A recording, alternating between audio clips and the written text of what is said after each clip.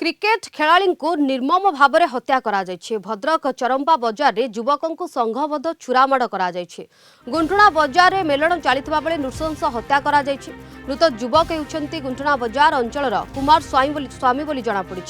पूर्व शत्रुतार हत्या संदेह करा जाउछि। गतकाली राति रे गुंठुणा बजार रे मेलण चलिथिला।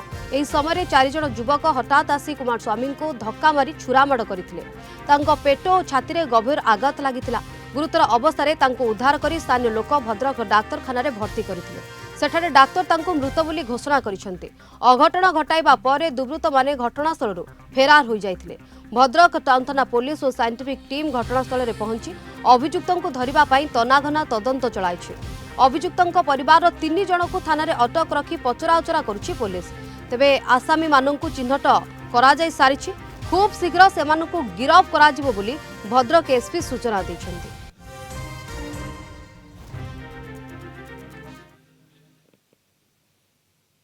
चरंपा अंचल मोर ज्ञात सार यहाँ प्रथम एभलिया इनसीडेंट केबे आगुर हेनी। जहाँ भी छोट मोट होईची इमिडिएट लोक भी सहायता कर बहुत आगुर पुलिस भी इमिडिएट एक्शन करची। ये जो घटना होता काली बहुत सब गुड़ा यंग पिला गुड़ा यहाँ गोटे सडन प्रोवोकेशन आमर लोकल लोक भी बहुत साहाय्य करमको पुलिस भी इमिडिएट आसिक पहुँच के एक्शन नहीं। तेणु बहुत जल्दी से धरा हे। आमर अलरेडी 2टा टीम आम कर सारी 2टा टीम बुलूँ।